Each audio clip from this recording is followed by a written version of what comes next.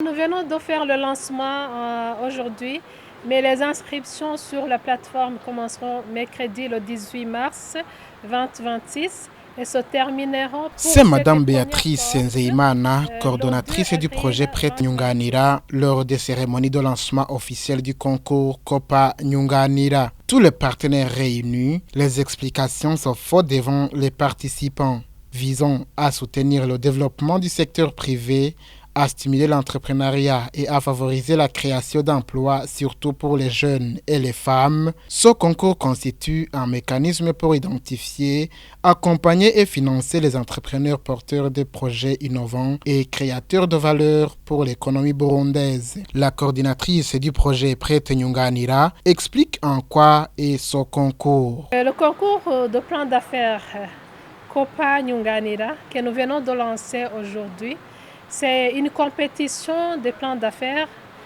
qui est ouverte aujourd'hui pour que les entrepreneurs ayant les petites, les micros et les moyennes entreprises qui désirent également d'être appuyés par le projet Prête Nyunganira puissent manifester leur intérêt en s'inscrivant sur la plateforme et en soumettant leur dossier de candidature afin qu'ils puissent participer à la sélection de projets qui seront accompagnés par le projet Prête Nyunganira. Les domaines qui seront appuyés par le programme dans le cadre de ce concours de plan d'affaires sont essentiellement les micro, petites et moyennes entreprises œuvrant dans la grosse transformation et dans l'agribusiness, mais aussi les entreprises qui travaillent sur la transformation dans le cadre de la résilience au changement climatique et aussi les entreprises qui travaillent avec l'utilisation des technologies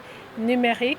Donc, de manière générale, c'est tout projet innovant qui contribuera à la transformation économique et à la création d'emplois. Alida Mugisha, le délégué du représentant de la Banque mondiale lors de ces cérémonies, indique que le Burundi regorge des opportunités dont une jeunesse innovatrice, remplie d'esprit d'initiative dans le sens entrepreneurial, mais que des défis en sont majeurs. Ce que ce concours Copa Nyunganira vient répondre. Il se remarque trop souvent que certaines petites et moyennes entreprises font face à certains défis qui les empêchent ou qui freinent leur croissance et leur essor, notamment l'accès au financement, l'accès au marché, mais également le manque d'un soutien technique adapté pour pouvoir les booster. Et c'est précisément à ces défis que ce concours qui est lancé aujourd'hui, qui a été dénommé Copa Nyunganira, c'est vraiment à ces défis que ce concours vient répondre.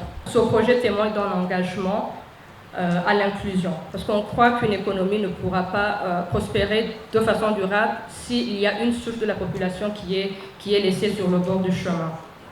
Et ce choix n'est pas seulement un impératif moral au niveau de la Banque mondiale, mais c'est vraiment une décision stratégique, car nous croyons que l'inclusion est un moteur de croissance. Le ministère des Finances burundais, à travers son secrétaire permanent Francine Inarukundo, qui a représenté le ministre, se réjouit des résultats attendus, fruit de ce programme. Cette initiative permettra de soutenir plus de 600 entreprises et de générer plus de 4000 emplois directs.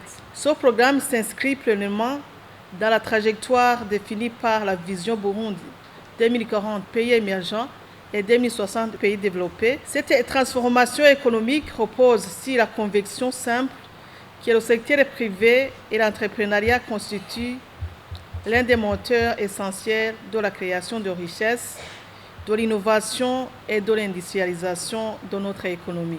Au-delà de son impact économique, ce programme porte également une ambition sociale importante. Il prévoit notamment que 50% des bénéficiaires soient des femmes entrepreneurs et ouvre également des opportunités aux entrepreneurs réfugiés présents sur notre territoire.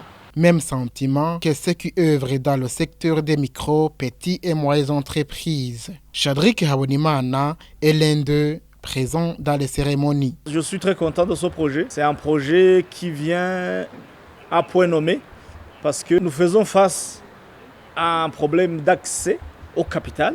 Donc un projet qui dit on va subventionner les petites et les moyennes entreprises qui sont enregistrées et qui ne le sont pas, c'est déjà, je dirais, un bouffée d'oxygène pour ces petites entreprises.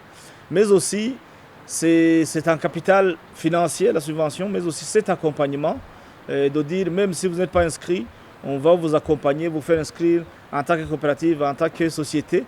C'est déjà amener les gens qui travaillent, entre guillemets, dans l'ombre, sur la lumière, et les aider à aller en avant. J'ai déjà commencé à envoyer des messages WhatsApp à des gens que je connais qui travaillent dans des petites et moyennes entreprises, notamment dans l'élevage et l'agriculture, pour s'inscrire massivement et tenter sa chance. Du côté de l'administration communale, Eloge Nageneza, administrateur de la commune de Chibitoke, apprécie la plus-value de ce programme au niveau des ménages. La valeur ajoutée que nous attendons de son concours, c'est que ça va dans le sens d'améliorer les conditions de vie de certaines familles, dans certaines collines, zones, communes et provinces. L'appel que je lance à la population, c'est de venir s'inscrire massivement. Une somme comprise en moyenne entre 10 000 et 20 000 dollars sera octroyée à chaque moyenne et petite entreprise.